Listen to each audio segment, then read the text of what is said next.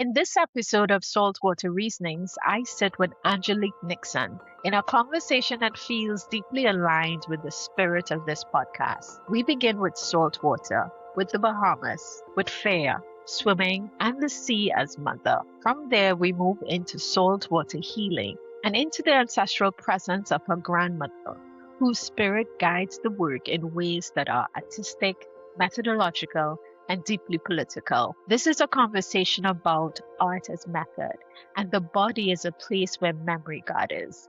We talk about Black Caribbean women's defiance, the messiness of family stories, the labor of truth telling, and the pressure to keep our work clean for institutions that still struggle to recognize spirit, art, and embodied knowledge as rigorous forms of scholarship. We also think together about refusal, public education, Black queer joy, mangroves, decolonial justice, and what it means to stop fragmenting ourselves in order to become legible. So settle in.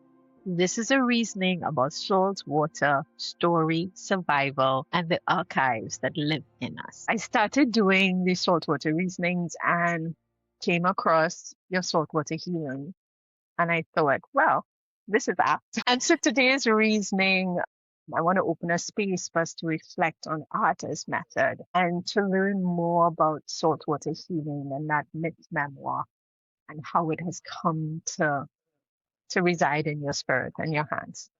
How did growing up in the Bahamas influence your relationship with saltwater, with creativity, and with story? Oh, that's a beautiful question. Saltwater Healing, which is a book from 2013. It's a limited edition press, so there aren't any more physical copies, but there are digital copies. And it's available on my website. For me, growing up in the Bahamas, I mean, we are more saltwater than we are land, right? It's an archipelago of over 700 islands and thousands of keys and rocks, as we like to say.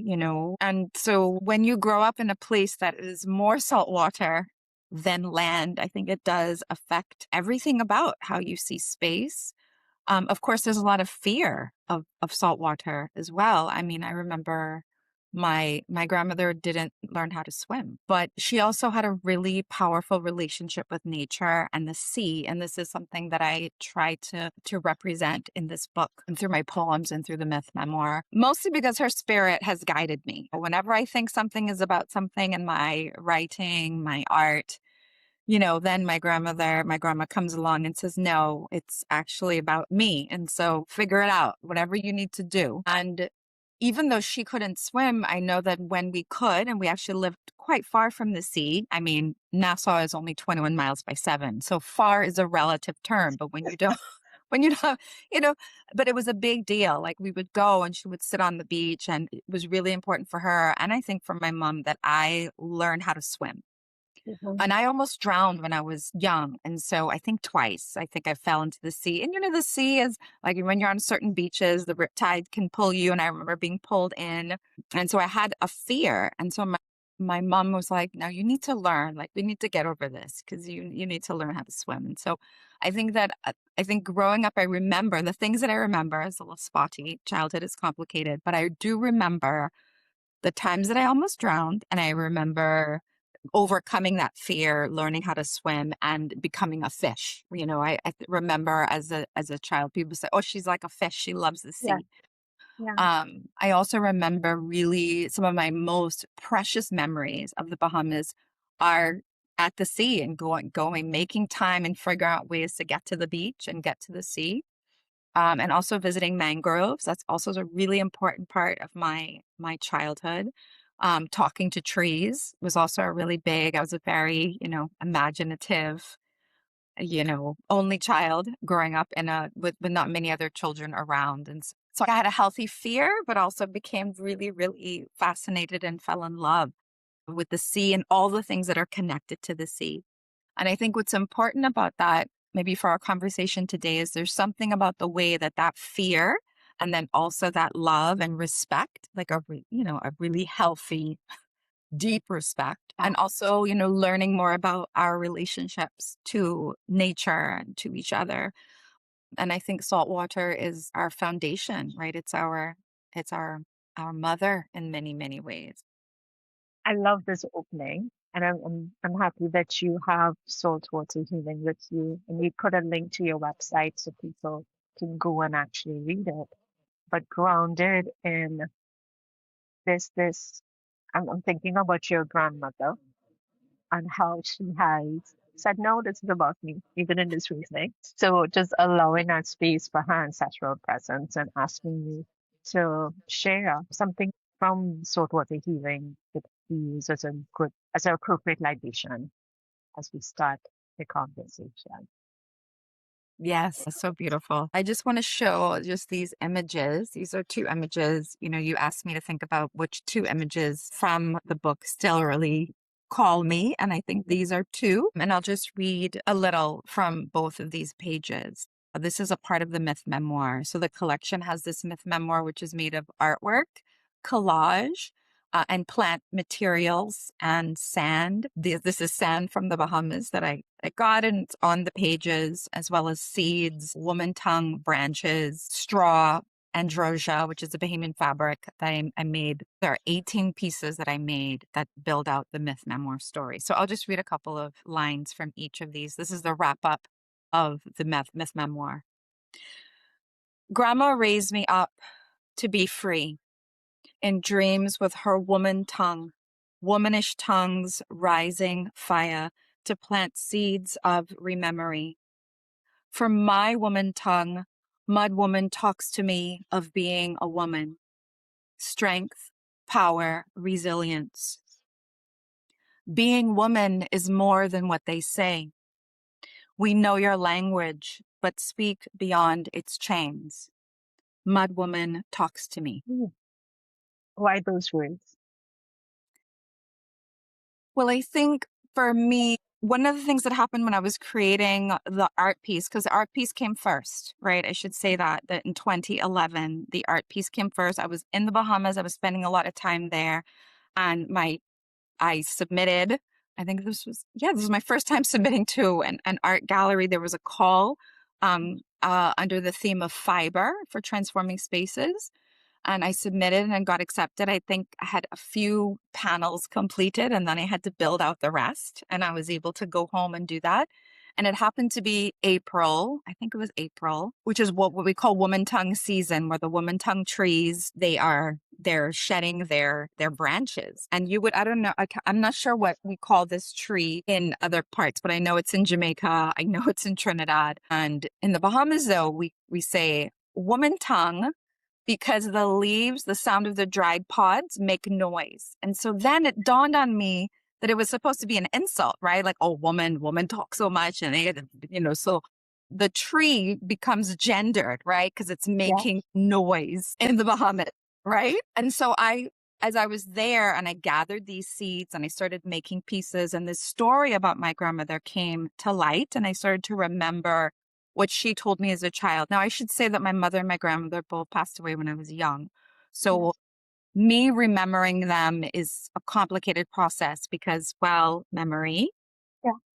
Two, I was, a child remembering these childhood stories. So that's one of the reasons I call it a myth memoir, because some of it is me imagining and reimagining, but I take pieces of the stories that I remember. Grandmother, I remember her telling me this story about some of her own resistance, especially around having my mother. It's a complicated story. It's in there and it's painful, but I wanted to reclaim some of that. And so I used the metaphor of the woman tongue as part of telling the story from my grandma's perspective and what she's telling me in spirit about her defiance, about being, a poor Black woman in the Bahamas, dealing with racism and dealing with the kinds of discrimination and exploitation she experienced. And I remember her telling me different things. And so I've infused that into the story. And I used the woman tongue to talk about her own defiance and how she demands to be seen. And she also demanded space and claiming space for my mother. And so that became a part of the story. And the trees were telling me things about this story and about my grandma's defiance. And so there are a number of poems that I wrote before the myth memoir that end up being kind of woven into it. But then I'm really specific about the story that I remembered my grandmother telling me, because my grandmother had my mother for uh, in a complicated affair with a Methodist priest, a British Methodist priest, right? Just, 1950s Nassau, which was very segregated. You can imagine the kind of controversy in the Bacchanal. And my grandmother was a cook. She was a domestic worker in this house, and he was married. So all of the things about consent and sexual relations and what did it mean? My grandmother got fired, right? And she was pregnant when the wife found out. And so she had this light-skinned child, and she didn't get much work after that. And so the story she would tell us, I don't know how much of it is true, but she would tell me and my mother that she took my mother, who was like 3 years old, I think at the time, and went to the Methodist diocesan and said, this man won't claim this child and I need money. And so she told a story to me of this shaming that she did and this claiming, of my mother, Kim. And I always thought this story was so magical, right? I mean, nothing came of it. And apparently the story goes that the Methodist, the diocesan quietly sent him off because it was an embarrassment. Again, I don't have any proof of this. I don't know how much of it is true. But what I found really powerful is that I'm sure that must have been so crushing, the whole experience of it. She already had 3 other, children she was caring for, never been married. She was mostly a domestic worker. And I'm sure that must have been really hard. But she told this story that was very different. And I think it also gave my mother this sense of pride, that I stood up for you. It doesn't matter if he doesn't claim you because you're mine. And all of that is just being so powerful. And I wanted to represent that, through the ways that my grandmother would tell me stories. She also would tell Anansi stories to us as a part of her sharing. And, I also understand a lot of her practices being very rooted in Obeah. Even though she went to church, she was an Anglican, a good Anglican, she also practiced Obeah.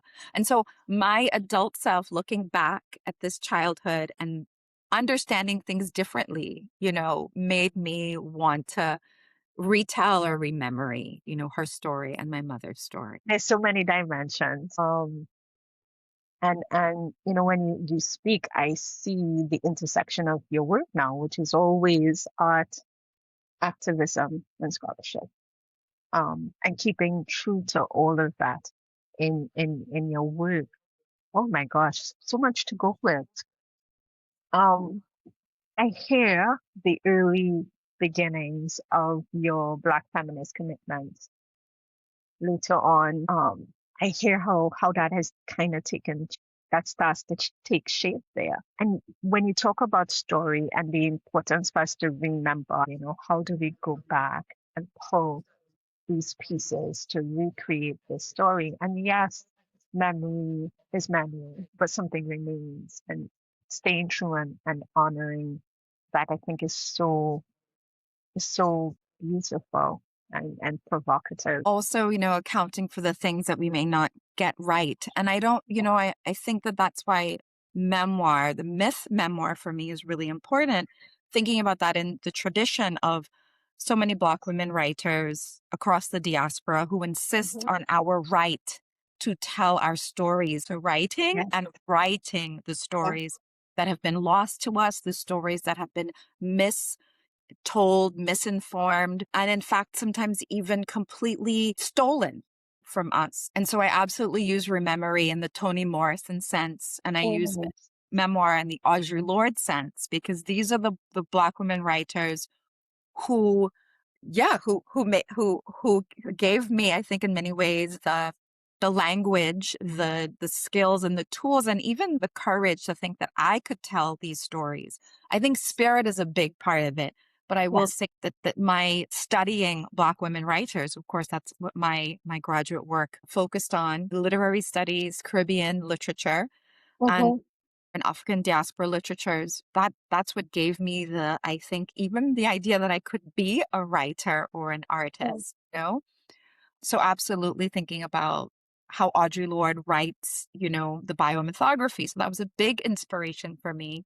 because I wanted to be honest about this telling. I don't know. I can't confirm the details. There's no archive that I can go to. I have to create But you an have an archive. archive. You have an archive.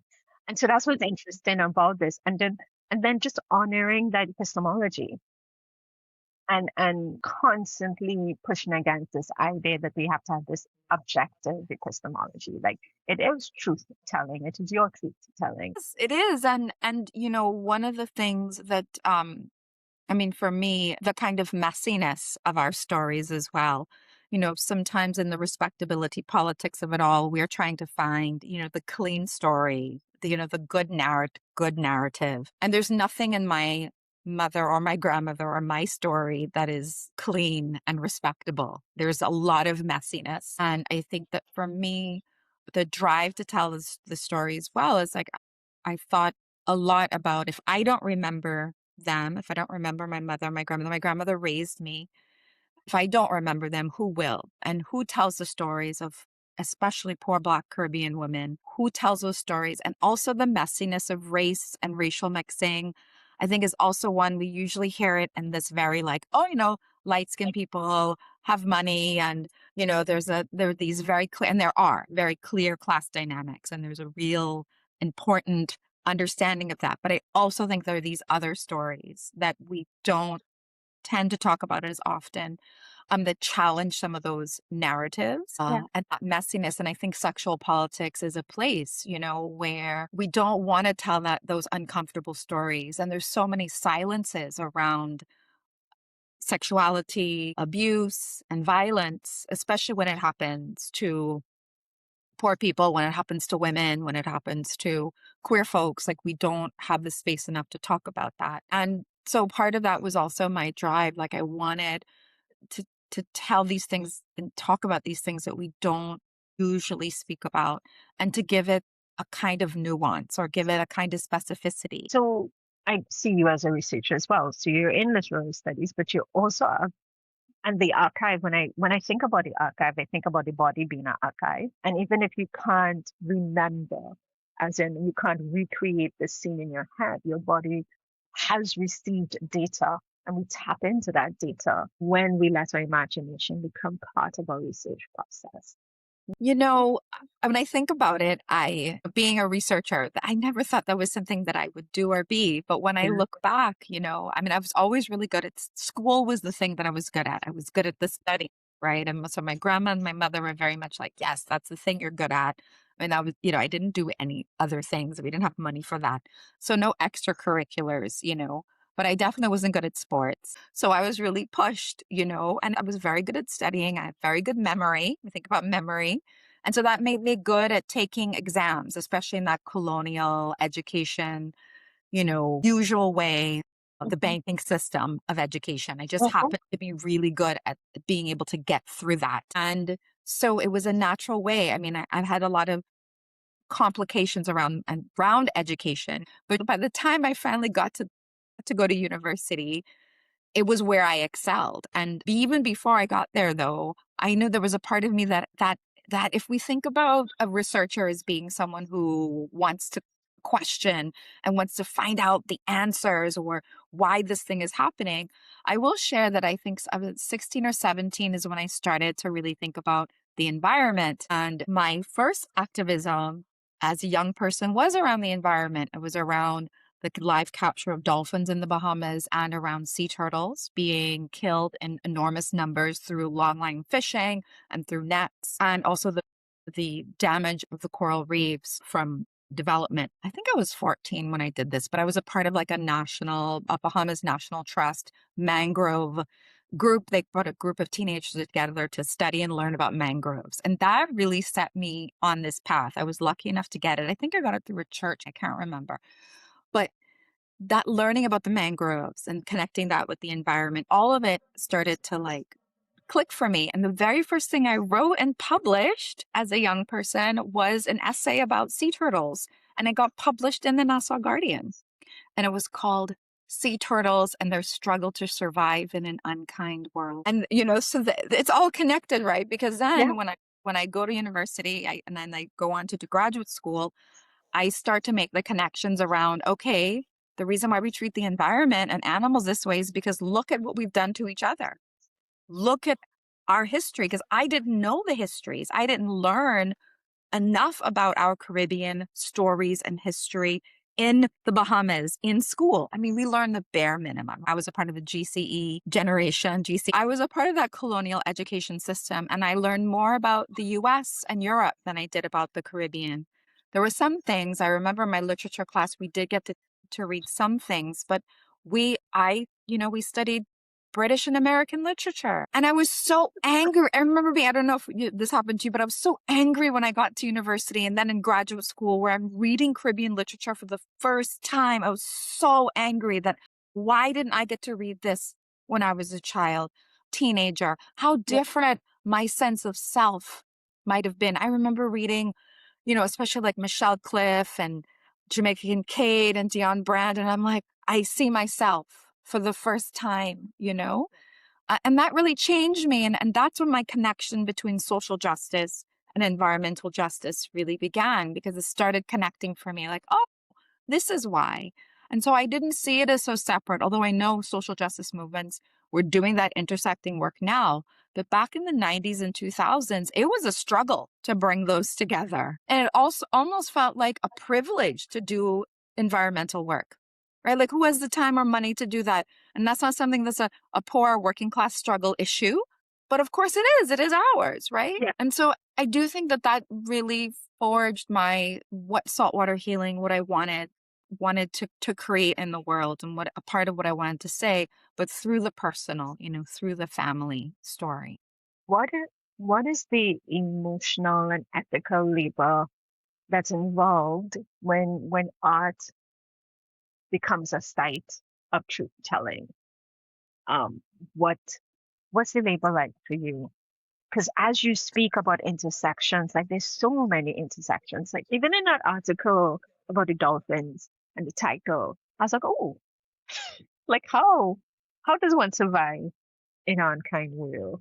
And how that intersects with dimensions of class, race, nationality, gender.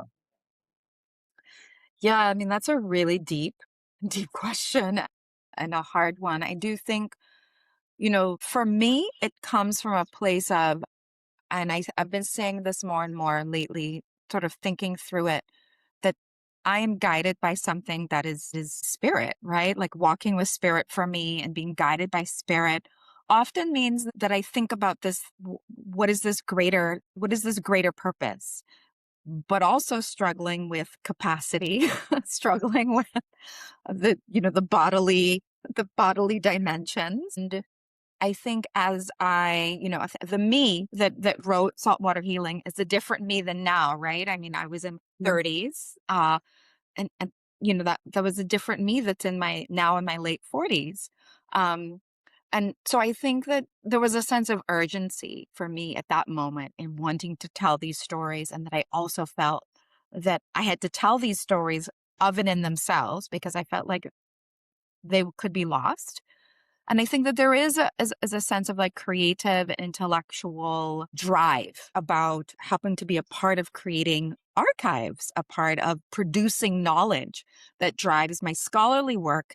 But my art and creative work was always from a much more personal place and a justice oriented, like I want to right a wrong. And I think now, especially in my 40s and now in my late 40s, I see it all making a much more clear synergy. There's these connections. They were there before, but I don't know if I saw them or felt them as clearly as I do now.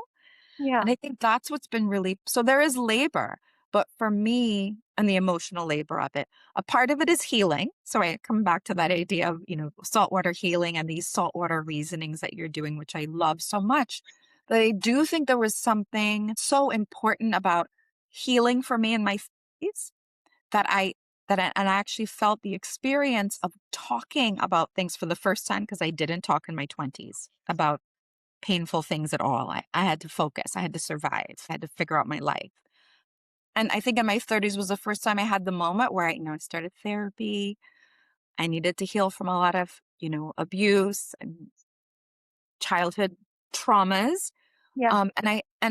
And saltwater was a big part of that healing for me. Even the act of going home, and I think the saltwater became a way for me to manage and deal with the messiness, making sense of the emotions, but literally being in nature and in the sea and feeling the way that saltwater makes you just start to, you feel, okay, all of this other stuff doesn't matter. I can manage it. And it literally draws, I describe in the book a lot of, I use different metaphors of things being pulled out of you, like when you're in the sea, like you feel the salt water sucking it out of you, just that soak, that bath. And I think that for me, that healing, like that healing work. I mean, I was doing other things, but literally the act of going into the sea, talking to the sea, thinking about that whole ecosystem of nature and how healing nature is, how repairing our relationships with nature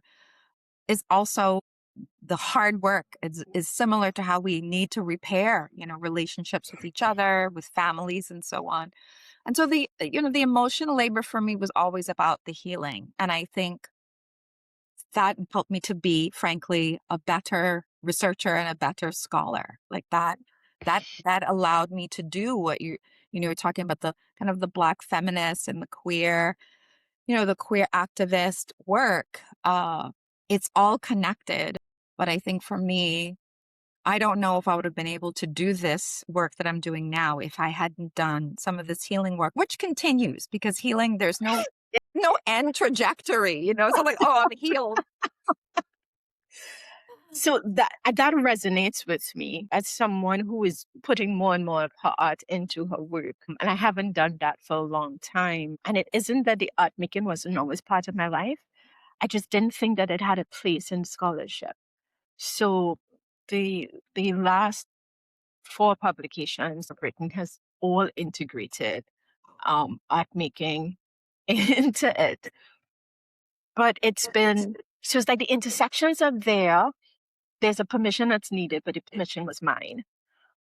There's a vulnerability that comes with it as well. There is this real scholarship. There is also talking about ancestral presence and how that impacts what I do. So I remember doing this article for Journal, and when it was in review, I got, but you're not saying that you made it. You're saying it came to you as though it was magical. And I went, it kind of was.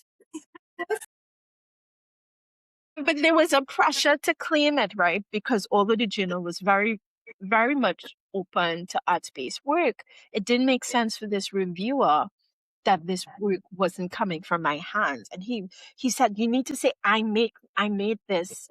And I did, and I didn't. So to me, there's a leap there that I'm still working out. What I have to sit in way more feelings than I'm used to sitting in to produce the work that I. Yeah.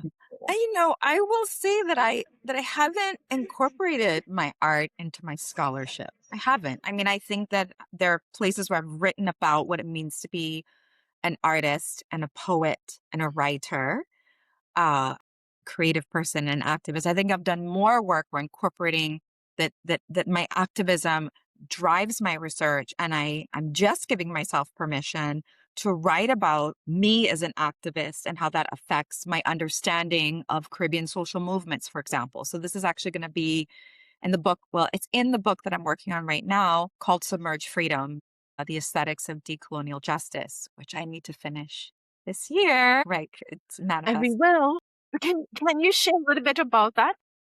Yeah. Yeah. And so this book is, it's a follow-up to Resisting Paradise. And Resisting Paradise, I'm not in that book a whole lot, right? I mean, I am. It's about tourism, and that does come from the Bahamas, and I talk about many spaces in the Caribbean, and I theorize around this idea of resisting paradise.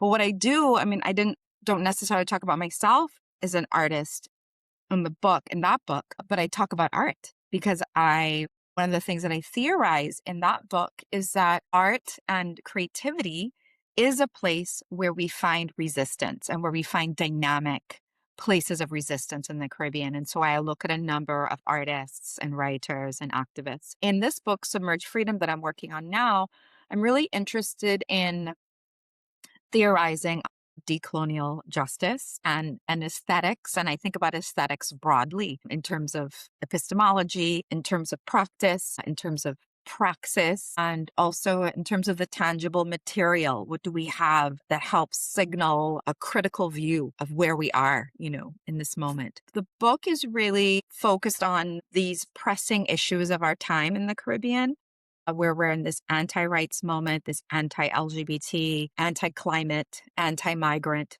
anti-everything. It feels that way. So it's trying to manage those things. And I look at sites of resistance again, but I'm looking at them through art, an artist, through activism, through literature, and also looking at a genealogy of social movements. And a part of that is thinking about our region, what is connecting us, and actually mangroves. And this is how I ended up, how I'm how I am giving myself permission to show up as an artist in this scholarly book, is that I'm using the work I've done on mangroves, because after saltwater healing, I became very, very focused on mangroves. And so mangroves, I've been taking photographs of mangroves, and I have these huge photographs that have been a part of installation projects and sculptures I've been making, and a series of poems about mangroves and about resistance, and a kind of speculative fiction, speculative poetry series about how we can remake the world if we only listen to the mangroves and get into that, right? So I'm really thinking about including photographs that I've taken of mangroves, and I wanted to be the cover of the book. I wanted to be one of my mangrove photographs, and I'm doing this meditation around how to use the metaphor of mangroves to link all of the chapters, because I'm engaging in it already, and I'm thinking about, and then I'm also putting in analyzing and theorizing about what does it mean to be a part of social movements and also be a scholar. What are the limitations around that? What are the blind spots we have? What kind of challenges does it bring for us? Because it is different. It's different to be a researcher and a scholar who is active in social movements. I also run a civil society organization, CAISO, Sex and Gender Justice. And what does it mean to be a leader and doing that kind of work for a feminist LGBTQI organization? And also being queer, being openly queer, publicly queer is also it adds all these dimensions. And so I'm being confronted with those same questions that you just asked, how much of yourself do you put in? And I've been really encouraged by a writing group that I work with, that I've been working with since grad school. They kept asking me, where are you? Add yourself, or what about this? And even readers for the chapters of my book that I've sent out, the double blind review process, they clearly knew some of my work, because one of the readers, they just said, well, don't you do X, Y, and Z? And why isn't that in here? And I was like, Where is the blindness? so yes. And, I think we're taught to Yep. compartmentalize, right? And also, before you have not only giving yourself permission, but having institutional permission. I mean, luckily, I work in an interdisciplinary department. I work in gender studies. Gender and development studies ought to be, open and flexible. I also lucky and fortunate to work with the Institute of Gender and Development Studies, where activism and outreach is a part of our mandate. So teaching, research, and outreach. So I do get to show up as my full self. And even then, I had to give myself permission, because these disciplinary boundaries are so intact. And also the things that we have been taught over and over again about how you show up, and what is truth, and how do we really support our methodologies, and in particular, this is how we produce knowledge. We still have to do battle against those things, because we want our work to stand up, rigor and scrutiny. And even in feminist work, I think we have to still say, no, this is what I'm going to do. And yes, this is how I'm going to theorize. And these are my choices that I'm making around methodology. And yes, I'm going to cite and engage and have a citation practice that includes all Caribbean scholars, women and women of color, feminists and theorists and global South, scholars, and say that this is, I'm doing it, and I'm not giving I don't have to say anything else. I'm doing it. I think it takes time. And I do think it takes a bit of fearlessness as well to do that. you know. Yeah. I think refusing the fragmentation has really been what the last probably 2 years of my journey has been. And it's hard, as you said, to just say, I will not fragment myself to show up in a way that's palatable to X sector, Y sector. But there's a labor in that. Mm. There's a labor in that. It's Yeah. so funny when you said that your first book, Resisting Paradise, wasn't about you. I guess it's because I know you. I was like, it wasn't like that you weren't in there because I know your work and your essence. It will feel as, yeah, of course, you're one of the artists that's influencing this work, that's fueling this work. Yeah, and I mean, I do think it takes a sense of, again, it took me a while to get Resisting Paradise to what it was, because from Yeah, the thesis to the book, there were a lot in it to the move of that. But yeah, I mean, you're right. I mean, I am in there, of course, because I'm an artist and because I study writing as well, and I wanted to prioritize artists. So I do think there's that relationship. I think we have to also value the ways that when we show up as our full selves, we're going to also demand of the scholarship for the research and the knowledge production to look at many sources. I tell my students this all the time.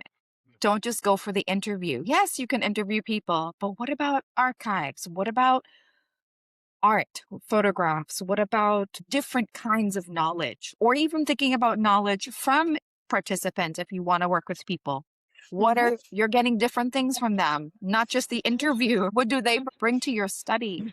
And so I do think it takes a feminist and post-colonial and decolonial critical eye that helps us to think about it. But I also think when we show up as artists and activists, we ask different kinds of questions and we demand to understand things differently. Frankly, I think we can also talk about the changes in the last decade, perhaps more, that academia itself has changed. The publishing industry has changed. The kinds of things that people want to engage with. Academic publishing houses are saying we don't want jargon. We want Yeah, books to be understood for a wide audience. We want yeah, people from multiple disciplines to pick up this book. Now, of course, I think journals are a bit tricky because you're still writing. Often journals are writing for their discipline or their interdiscipline or across fields of study. But I do think that in general, academic publishing has had to change. And I think the idea of having public intellectuals, engaging with the world because of the anti-rights and because of the backlash and the attacks on knowledge and truth, we have to even be more defiant about that. We have to show up. I think that's the other part of this that I wanted to share today too, that I think for saltwater reasonings and the conversations you're having, it's so important that sometimes we're put in silos. And I think folks who do research, especially who are teaching and working in academic institutions, often feel like, oh, either we're quote unquote too intellectual or too jargony, we can't speak to a cross range of issues, or we're stuck in these silos of, teaching, publish, perish, all of yeah. that, and we're not showing up in the spaces. But now we need to show up more than ever. We need to be making a part of making change and creating change within our education systems, within our social structures, within our governments, within civil society, of course, and across a range of spaces. And instead of making ourselves feel like we can't be there, I think that we have to step up and do that work, especially those of us who are operating already in multiple sites and multiple spaces. I am not sure in my experience that some of the structures that we teach in, if they are in that place. Maybe certain publishing houses might be in that place, but the rubric of the institution um, is often very positivist, discipline focused, um, and it's a pushback. And then Yeah. oftentimes making your way in the system to have the currency to push back because you don't always have the currency to push back. So I want to ask about your work with young scholars. How do you see your role?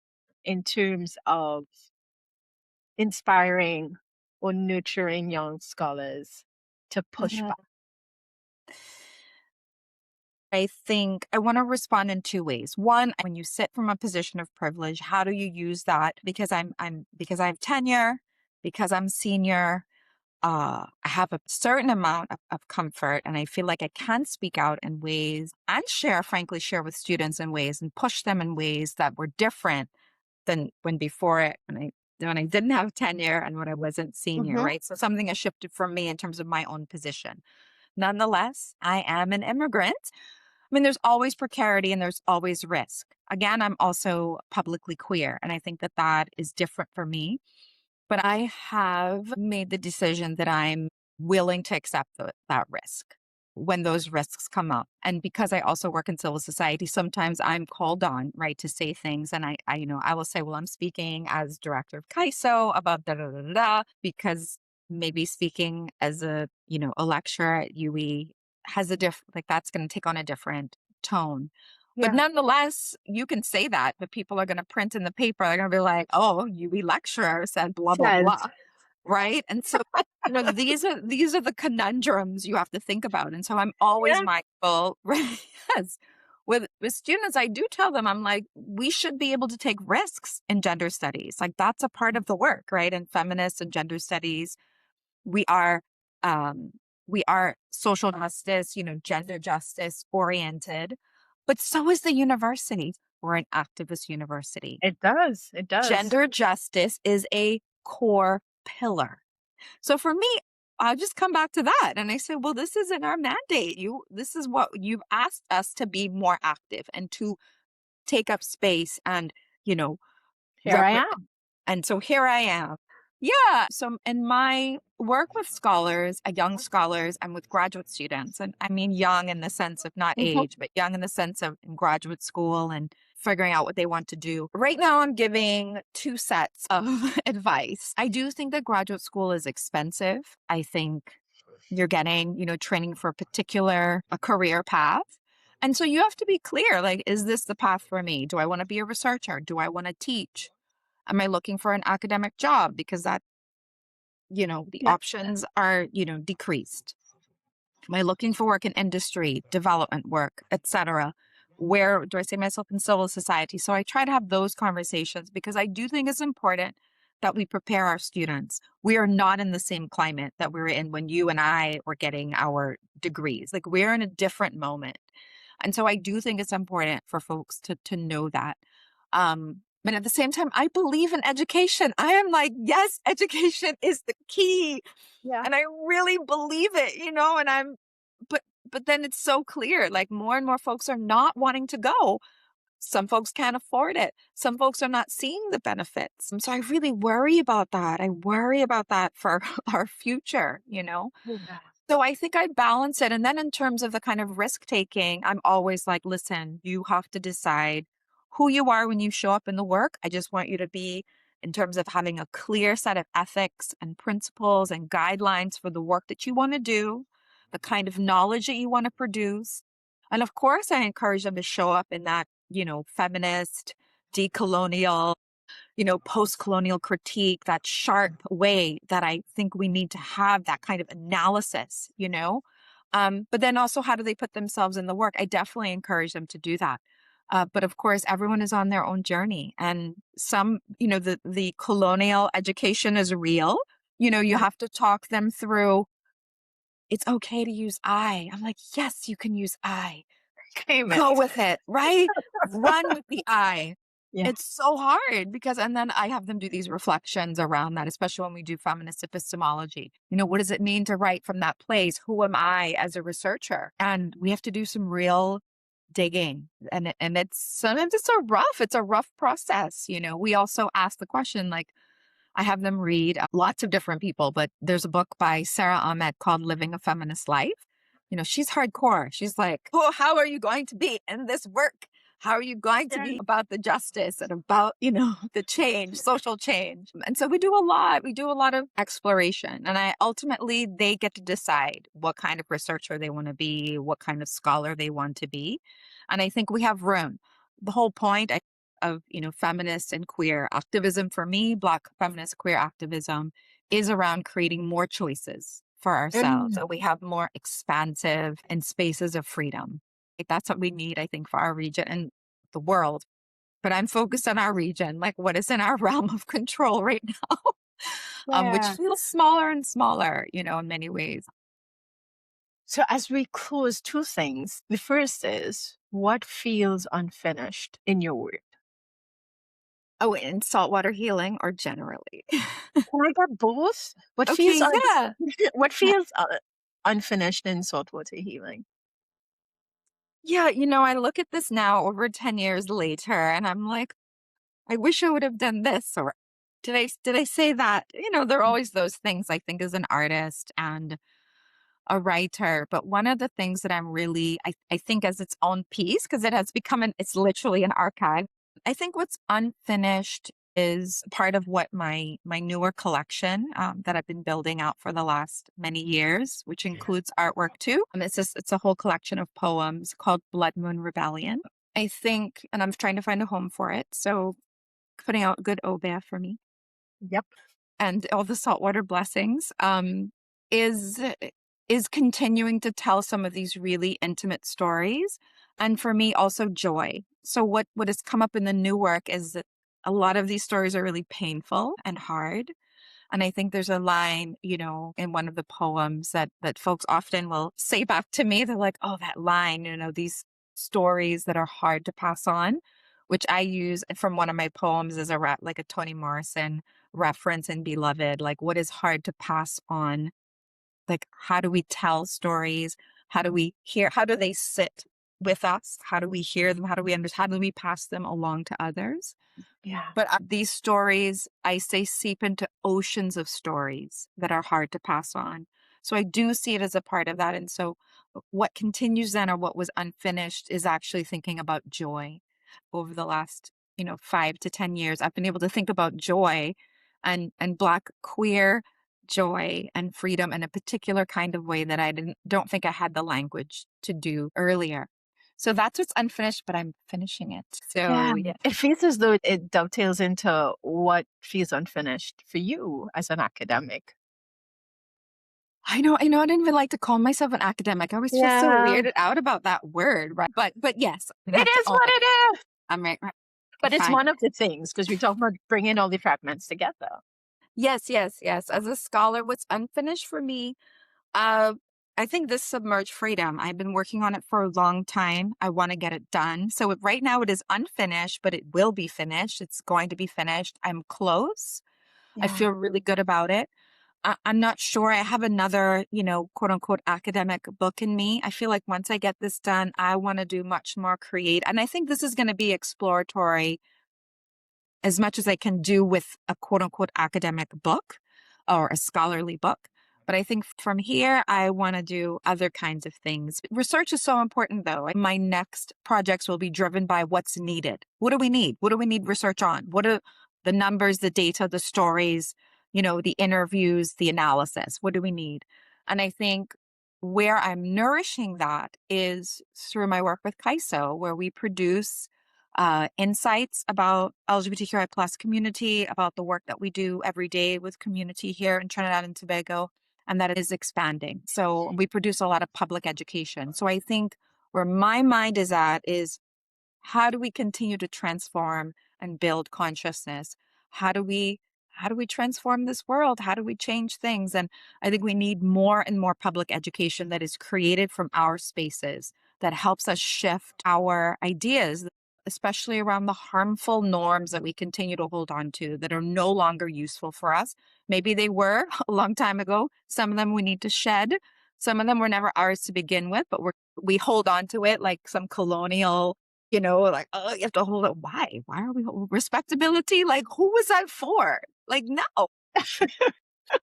So I think for me, I think public education, how do we do more of that direct engagement, and we kind of demystify all of the elitism and disrupt it around learning and knowledge. Like, it is all in the way that we value all of the kinds of knowledge that we bring in from the spirit, from our ancestors, from our relationship to nature, from what we learn from animals and the earth to each other. Like all of it is connected. So I think that's what, for me, I think saltwater healing was a way for me to tap into that. And I continue to do it in different ways across my work. So we started this reasoning, invoking your grandmother and your mother. And I want us to close on the offer that I'm making. And you can tell me how it feels for you. The offer I'm making is if you were to invoke an image of your grandmother looking at you now, this this manifestation of you that has been evolving through the decades. Starting, I have this image of this woman with this child going to the Methodist people saying, hey, to that image. If you were to create and invoke an image of her or her essence, seeing you now where you are, what would that look like? Oh, that's a beautiful invitation. So I want to thank you for that. Manifesting an image of her. I would see her really smiling. Like she was not a woman who smiled a lot. She was very stern. But what I'm seeing is that she would be really smiling and there would be this joy, radiating. But also a kind of a little eyebrow, like, yes, I told you to do that and you're doing it. Good. Yeah, yeah, So, yeah. that sternness is still there. And she's saying, yeah, good job. Yeah, you're doing it. I'm still here. I still have things to say because she does. She says has a lot to say.